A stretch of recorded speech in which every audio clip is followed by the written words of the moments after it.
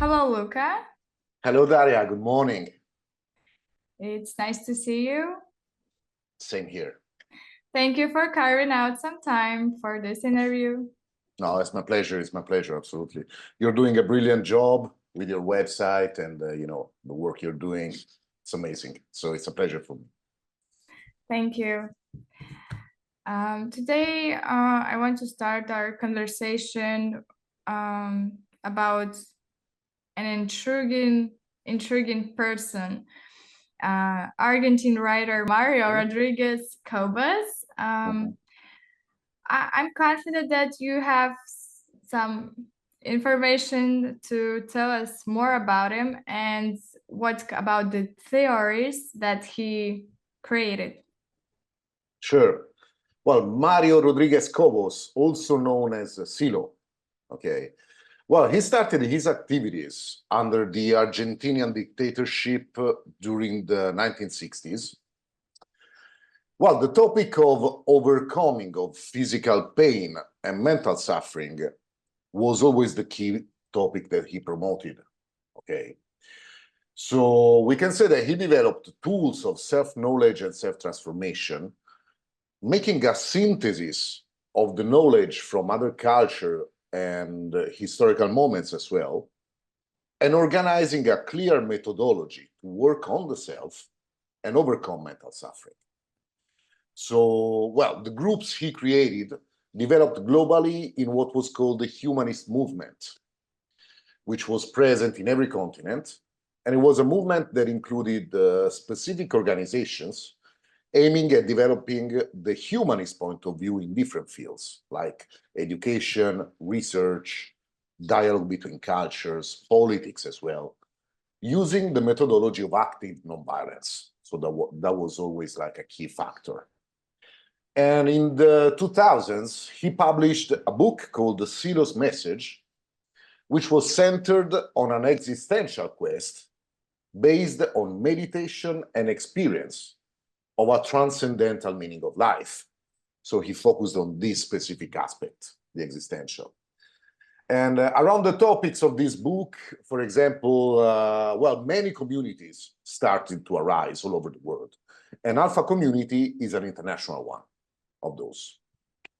So among all the contributions he gave, I think that the most remarkable one is the attempt to connect the three main plans of human existence in an integrated view. For example, the social, the psychological, and the existential. And well, he did a hard work trying to make all of this accessible to everyone, regardless of specific cultures and beliefs. So yeah, this is what we can briefly say, summarizing yeah, his contributions, I think. So have you read some of his books? Yeah, plenty, and it's amazing, like the variety of topics that he touched, actually, starting from the most, purely existential aspects to the psychological. He made a great contribution in the specific topic of the psychology of the image, which means the function of mental images in the psychism, and how mental images are connected to emotional states and bodily tensions. So that was a great contribution, besides all the social aspects that he touched in his books, ranging from education to politics to everything, like trying to somehow develop a full, complete humanist view of society and human life. So yeah, and I'm still studying because it's really deep. It's not like you can read one of his books like you're reading a novel, actually, but it takes really an effort of reflection and deepening. Yeah. I know that about your organization, the Alpha Community. Yeah. Could you tell us from what kind of thoughts pushed you to create this alpha community? Maybe after reading Mario Rodriguez Cobo's books? Well, definitely that was an influence. I've been an activist in humanist organizations for 20 years now. And actually, lately I found the topics of Silo's message as central, not only for my own life, but also in general, considering the social moment in which we live in which we can clearly see not only an increase of violence, discrimination, and social injustice, but also the topic of mental suffering is really affecting the largest part of the world population, because we're now living in a moment that is somehow synchronized on the planet. And probably this is one of the first times that this happened in human history, let's say. So we can see certain trends, not only social, but also psychological, spreading all over the world. So that's why in the Alpha meeting, sometimes we're talking about a psychosocial pandemic, which is actually the way that certain patterns get expressed in people's life, like individualism, like closedness, the destruction of social relationships, you know, anxiety, all of these things. That, of course, they are happening not by magic, but also because they are constantly triggered by social role models that are spread through social media and everything. So we really need, like, I felt like we needed to do something about it by creating an example of a multicultural community that could really be supportive, both in terms of social and personal transformation. So that was my motivation. Yeah. Right. But speaking about violence, what actually is active non-violence? This is a really great question, because we need, first of all, I think we need to make a difference between pacifism and active non-violence, okay? Because people get often confused. So I think that we might see pacifism, maybe a way to see it is taking a stand against war, okay? Just generically, which is definitely important, and even more important nowadays. But active non-violence is something different. It's an active effort to fight every form of violence and discrimination, even because we know that violence is not only physical. Violence is, can be psychological, economic, religious. There are many forms of violence, and they are increasing nowadays. So non-violence is actually requires a level of awareness of all these forms of violence and a very deep choice, we might say, of taking a stand in front of them, okay, in every case. And non-violence, actually, active non-violence was always present in human history. Just to see the most recent examples, maybe in the 20th century, we can talk about the Gandhian movement in India, for example, or Martin Luther King movement in the United States, Nelson Mandela in South Africa. And probably most recently, we can find the traces of active non-violence as a methodology in the so-called colored revolutions, I think that's how they call them, in North Africa in the 2000s. So there is somehow like a current that is trying to recover the experience and methodology of active non-violence and bringing it to action nowadays. Yeah. Plus, well, what else can we say? We can definitely say that non-violence, in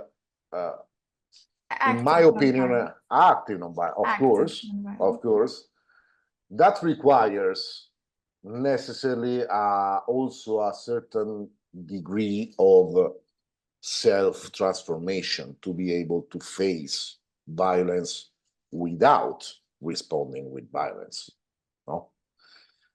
it takes really like a very deep strength, determination, clarity, all the features of what we call integrated psychism, actually.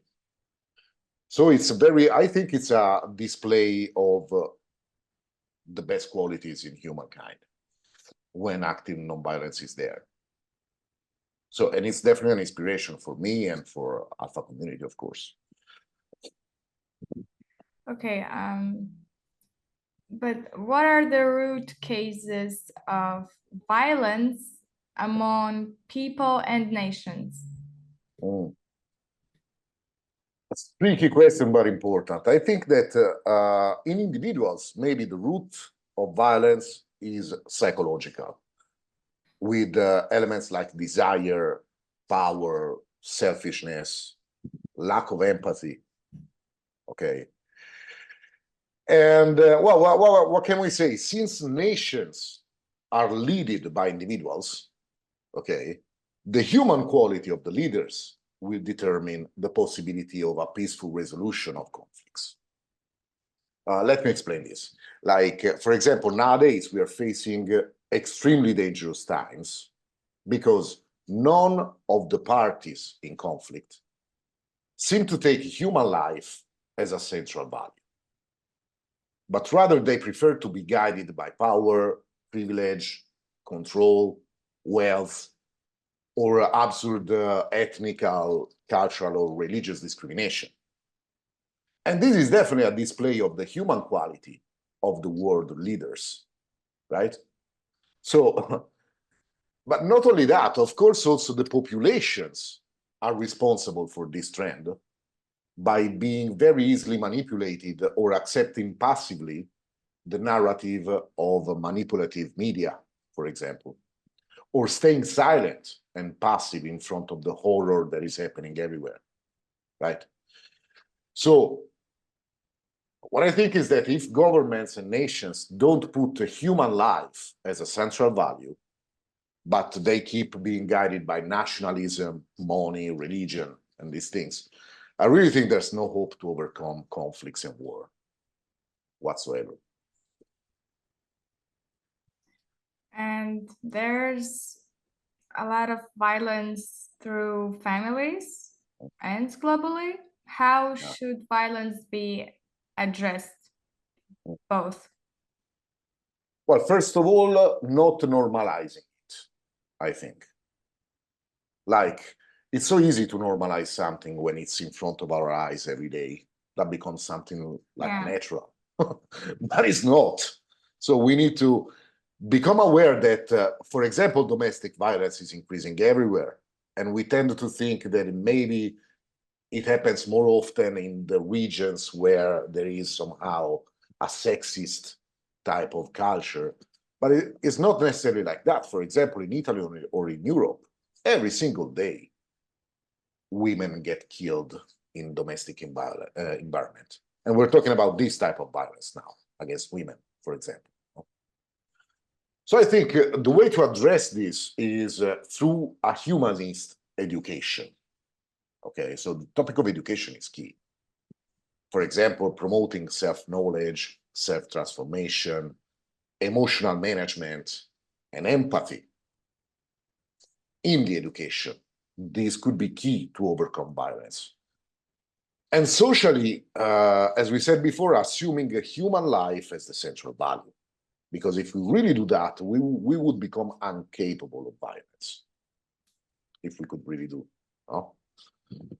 And globally, I don't think that any real change could come from the institutions at this point.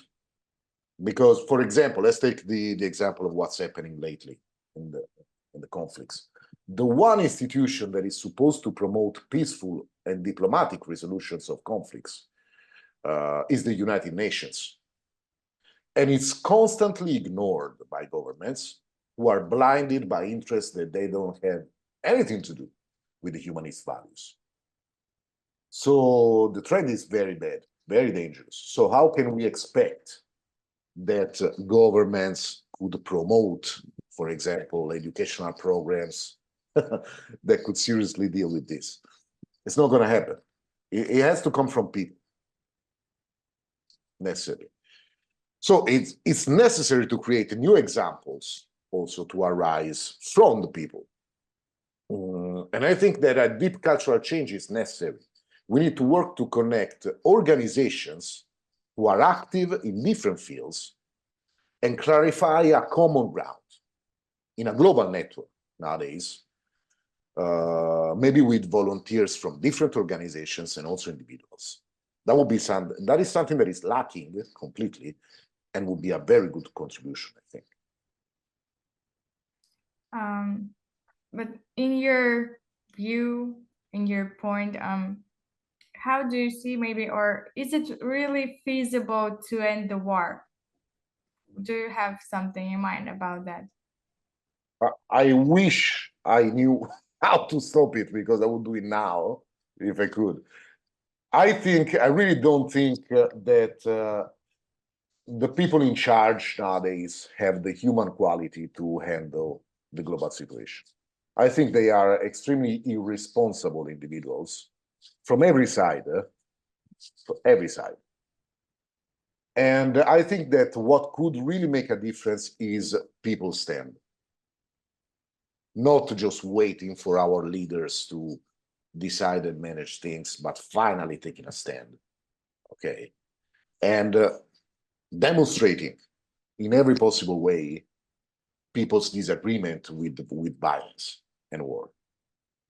Because this is how now we are completely in also in on the verge of a third world war. This is undeniable, and we can't blame it on one side. When these things happen, it's because there is a number of factors that are cooking a very, very poisonous soup for humanity. I don't know if you can get my point. So it's a dangerous moment, and it's not the moment to be shy. It's not the moment to be afraid. It's the moment to take a stand, and this has to come from people. It's not going to come from governments. I take your point, actually. So let's talk about the close topic to you. I mean, it's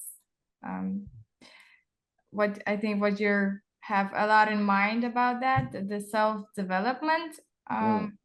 So what are the goals of self-development?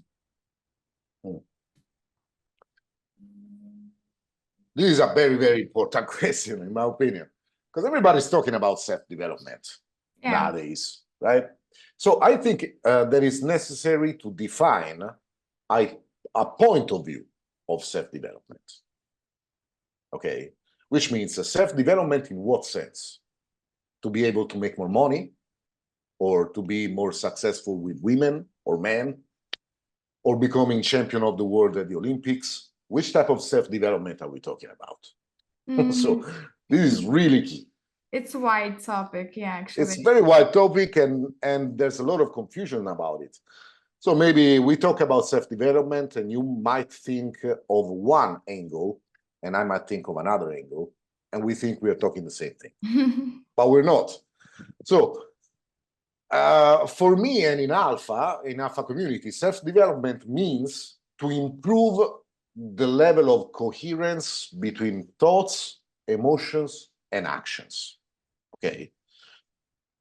And this can only happen through learning how to become more aware of ourselves, of our tendencies, both the negative and the positive ones, and then implementing a clear plan of self-transformation, okay? So I think this could be a definition that is clear enough, okay? So for example, if we consider self-development as taking 10 minutes to meditate and then living our lives completely unaware of what happens within us, that doesn't sound a big self-development in my view. I think as a real self-development has to show in every aspect of life, both internally and mostly in the relationships. Because if I, for example, I meditate every day, but my relationships don't change over time, don't improve,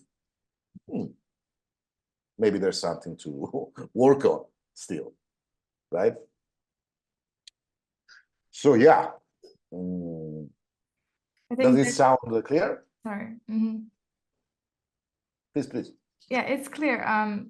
I was wanting to add that yes, it's always our whole life is about work. I think we have to it's work on ourselves and our relationships from the day to day. I mean, all the time, just work, work, and work, and it's never stops. If you don't work, you're not gonna rise. You're not gonna gain success or be more, I don't know, I don't know, aware. Yeah. But talking about goals of self-development, maybe is it to acquire body of information and then consider yourself that you're the smartest, like I'm so smart, I know everything, okay? Is it, I think it's not the deal, but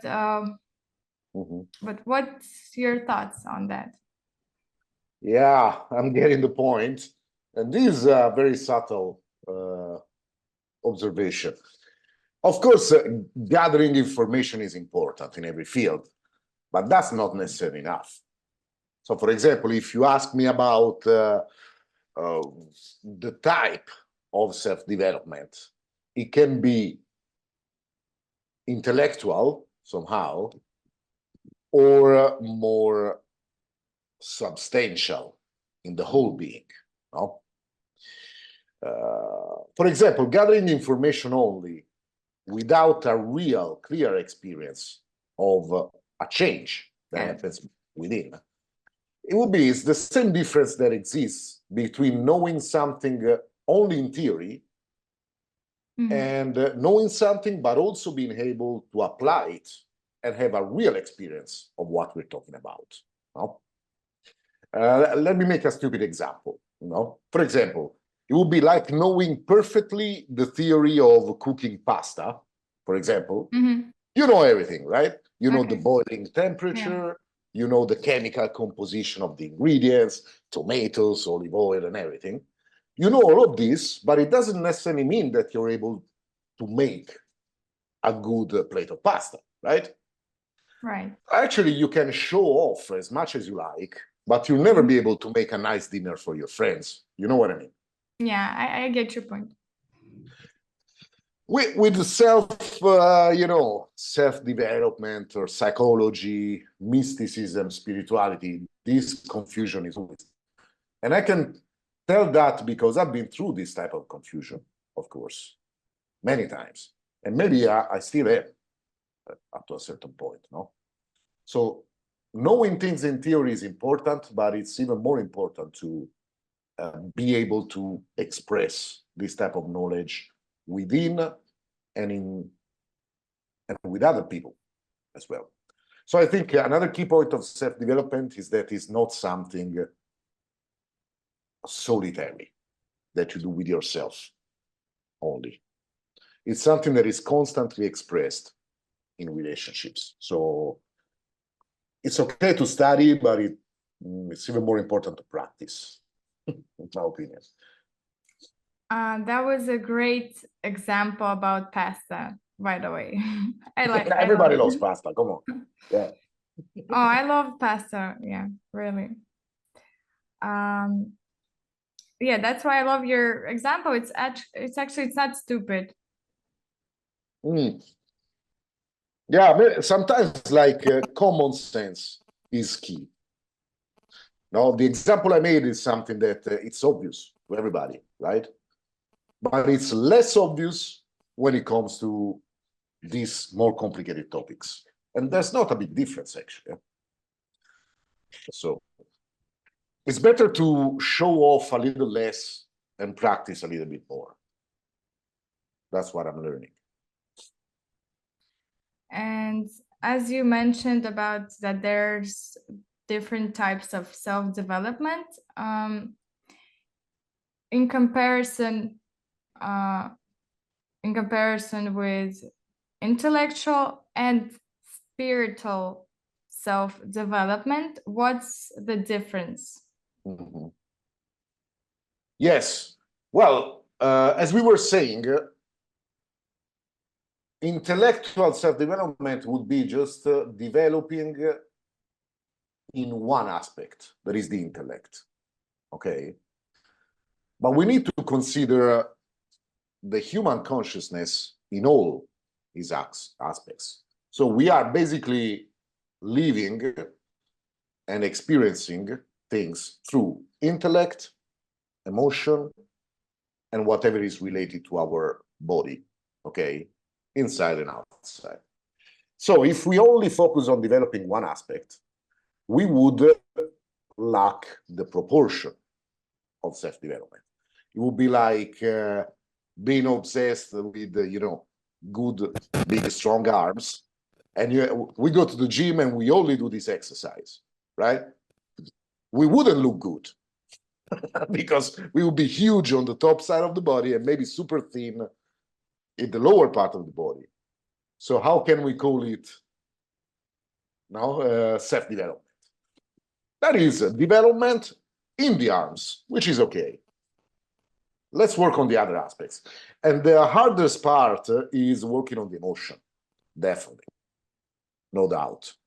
And that is the thing that is more complicated, and there's more confusion about that nowadays, no? How to work on that. So this is actually one of the key points we're trying to promote, like tools that are simple, that can be used in everyday life to manage emotional alteration. So studying is good, studying is important, but the practice on the emotion is central. So this is one difference. Intellectual is just one part. Mm-hmm. Spiritual, or whatever you want to call it, is more an integral type of development of the whole self. And that includes everything. So we have to find some balance between intellectual and spiritual self-development. I guess it might be challenging, actually, to find this middle, I don't know, between them. Mm-hmm. What's the most significant thing in human life? That's actually an interesting question, too. Oh my God. In human life, for me, or in general? What do you mean? In general, and for you. General. In general and for you. Yeah, both. I don't know. Maybe the most important thing in human life is evolving, growing, okay? Not being the same. Okay, reaching a point and then sticking to what we believe it's ourselves. No? Because maybe you and me, we can say, okay, I am a grown man. I am like this, I am like that. But that's an illusion, actually, because I wasn't like that when I was 6 years old. And I wasn't the same way when I was 12, when I was 20, 25. So the illusion of stability is a real problem because it limits our development. No? So I think the most important thing is keeping this constant search alive in life. Mm-hmm. Of course, self-knowledge, and of course, questioning the meaning of our existence all the time. No? I think this is key to evolve and to learn how to detach from selfish desires. Also, that's something that I find extremely important in my life. Maybe the most important thing. That's a great answer on this question. What kind of information, resources, I don't know, content we should use to manage our lives? I I mean, all think that people in general. we're going back to the problem of education. We have a problem globally in every society because education is mostly focused on information, gathering information, okay? And there is a complete lack of a real education in terms of tools for knowing ourselves and managing ourselves, especially when it comes to emotional aspects. So I think that the tools that should be provided since, you know, a very young age are tools of self-observation and tools that are useful to transform emotional states and process them, okay? And that should be proportional.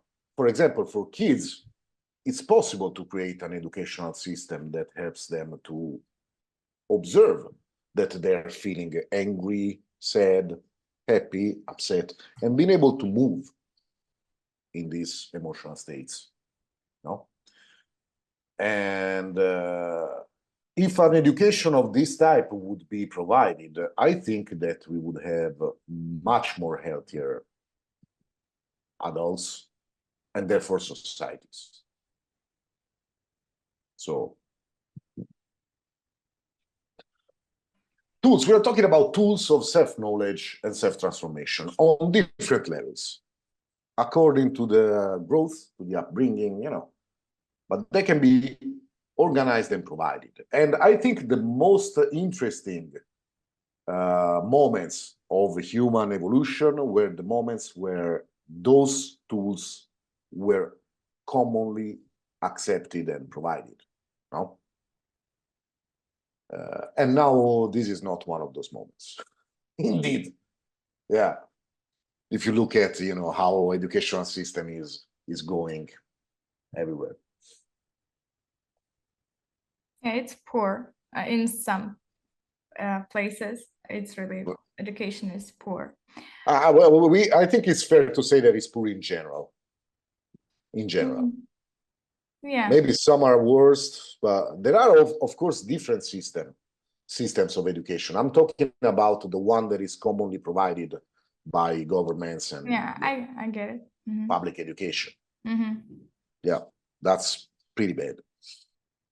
We talked about self-development, and we have some, actually, I think you expressed some great points. I hope they're gonna be useful for people. It's actually a great topic. I think we can talk about self-development for hours. Really, Definitely. it's Definitely. so wide topic. There's so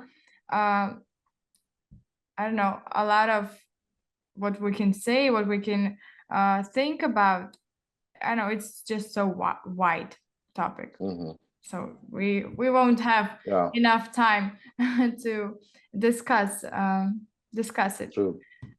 But I want to talk about depression too. So most of the people are confused and they don't really know what is depression. So I know people now, when they're talking about depression, they're saying it if they have no mood, just because they have no mood, they're saying, oh, I'm in depression. But he doesn't even understand the meaning of this word, of this, I mean, I don't know, of this feeling, depression. So could you tell us from your side, from your point, what is depression actually? All right, let's try. I'll try my best. Maybe you have some, I know it's also wide, but how It's do very you wide, see, yeah. how do you understand this meaning? What is depression? It's not that simple, actually, like some of people think, and they're I don't know, saying that they're depressed, but well, when they're course. not, actually. Of course. Now we are now used culturally, we are used to give, to look for labels for everything and search for a diagnosis, as if a diagnosis could already be useful to. I think in the deepest root, a depressive state is a state of lack of meaning in existence. In the deepest root. And it's a state in which you are not motivated by anything, okay? You don't know what your life is about. Maybe the things you were loving lose their meaning. And at the same time, you feel drained from all of your energy, okay? This is, for example, a description of an internal state that maybe I could call depression, no? And my understanding about this is that most people look for false solutions to that, and relying a little bit too much on chemicals for trying to find a solution to that state. And of course, it's not people's fault. That's part of the, the educational system. It's, of course, responsibility of the professionals that are supposed to also help people, and they have no clue how to do that, right? In most of the cases. So that's why we rely on chemicals so much. But that's a false solution, because the only way out from a depressed state is searching deeply for a deeper purpose in life, okay? And it's a hard thing to do.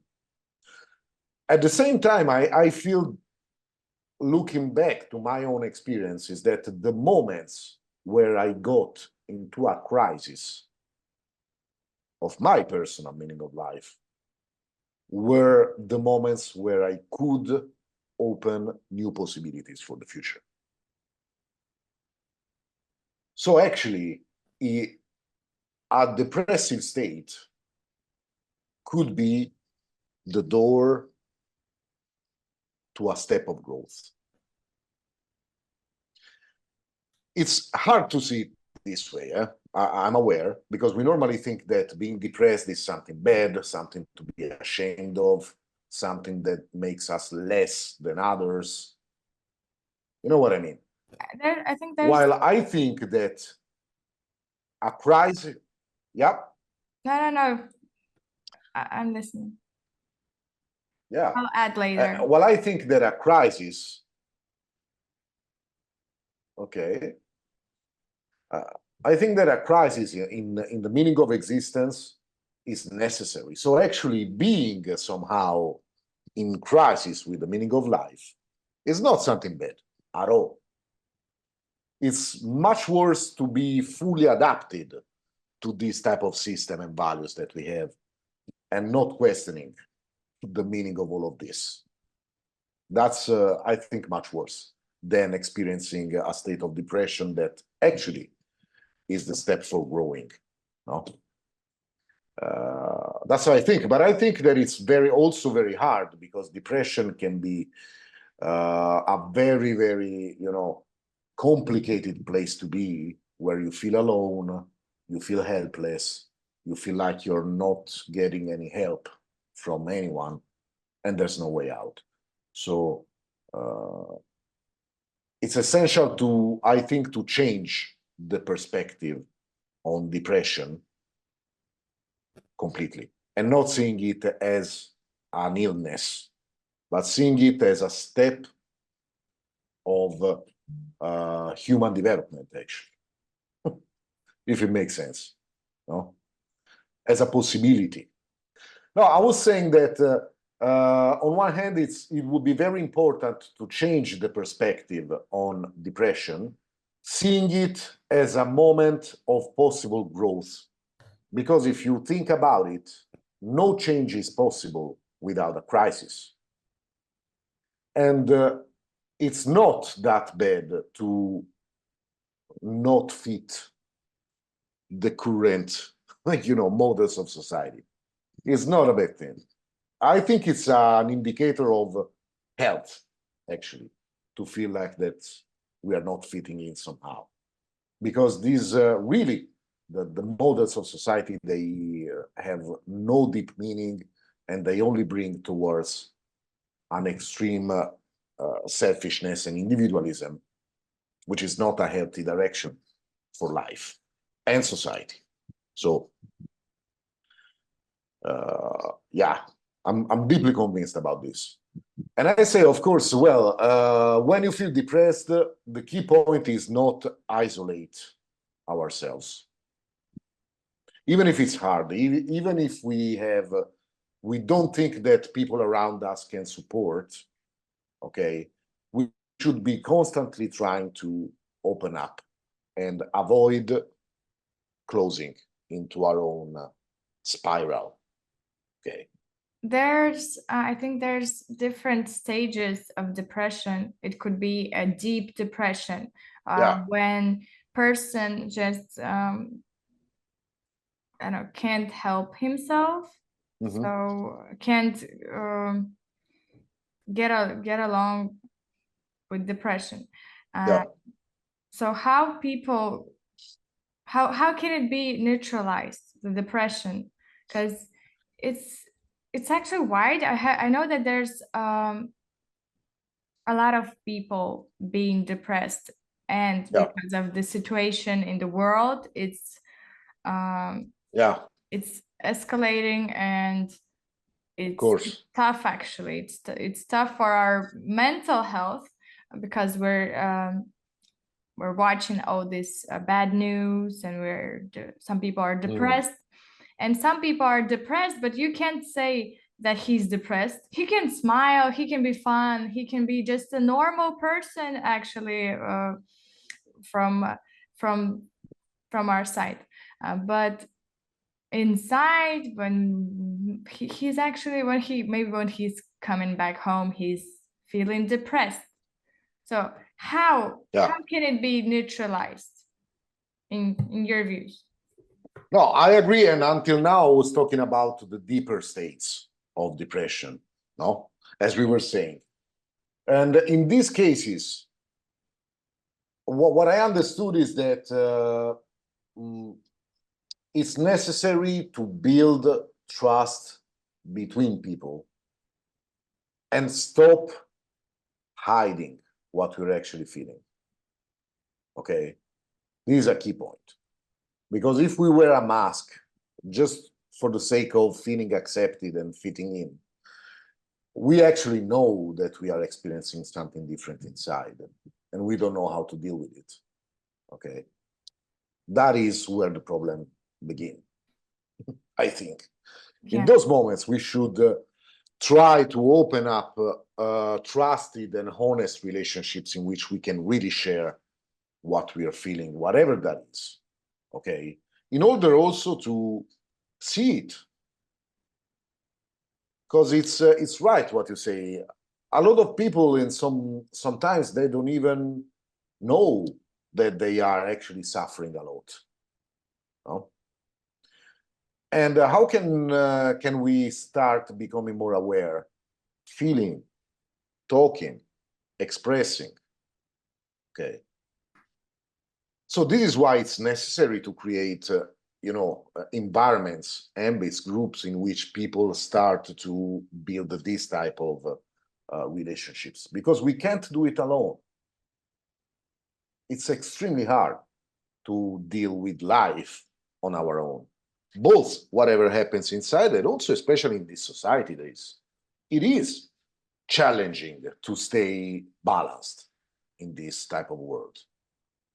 It's extremely challenging. No? So I think that would be the first step. Finding someone with which we can start opening up. And that's a choice. That depends on the individuals. Okay. If we are not open to this possibility of building bridges and, expressing ourselves, there's very little that other people can do for us. Very little. Yeah. That's true. That's true. So let's, I think we should finish our conversation on a good note. Okay. Yeah, talk about something good and insightful. Could you tell us, are you a dreamer, and what kind of most wanted dream you have? I'll share too, so it will be fair. Sure, sure. You want to start? No, you go first. All right, all right, all right, Daria. Well, how can I say? When I was a kid, I wanted to be a rock star, for example. Oh, that's nice. So I had many dreams going on, and yeah, and I've been pursuing that type of dream for quite a long time. But thanks God, at some point I matured in a different way. Okay. And I started having a different view of life. No? But still, I am a dreamer, definitely. Otherwise, I could never be a promoter of a volunteering project like Alpha in a world like this, if I was not a dreamer. Okay. It's necessary to keep this alive, this type of vision and aim and purpose alive. So currently, what can I say? That my dream is to improve the way I can help people to overcome pain and suffering. This is my personal dream at this point, making they understand that they have to help others if they want to help themselves. This is the type of thing I'm trying to deliver. On one hand, understand it and experience it deeper in myself, and trying to deliver to other people. We can't grow isolated. There's no way. There's no way of doing that. And I'm deeply convinced about this. So this is my dream. My dream would be to see younger people, younger generations, finally taking a stand in front of this horrific society in which we're living in, and bringing human life to a next stage. So, yeah, this is my dream. That's a great dream. Well, we have Oh, something yeah. in common between our dreams. We have something in common actually, because yeah. When I was a kid, I dreamed a lot. They were changing all the time, because person that is changing, and his dreams are changing, and Sure. yeah, all the time, all our life. But what never changed, that I'm kind, and I want people to be more kindness. I dream of a peaceful world. I dream that people could unite people. I wish to unite people. It's definitely difficult to do, but I think it's possible. It's possible. Oh, yeah. Because Oh, yeah. my position is more about that. We don't have to fight between nations, religions, or and etc. But because we have in common one thing, that we're all human beings. That's it. And we don't have to fight for anything. We don't have nothing to fight for. Yes. I wish Yes. that the world could be more free, that people would improve themselves, and use some tools for self-development, and of course to talk to each other. We have to share with our experiences, as you said, and share with our thoughts, share with our culture, and all that kind of stuff. Yeah, it's necessary to make this world better place for us and for younger generation too, for our future generation. And yeah. Yes. Thank you. Fantastic. Thank you, Daria. Amazing. Yeah, I think Inspiring that words. was a great interview. I think it was so detailed and so wonderful. So thank you for. It's my pleasure. Thank you, Daria, for making this possible. Really. That's great. Have a good day. Same for you. See you soon.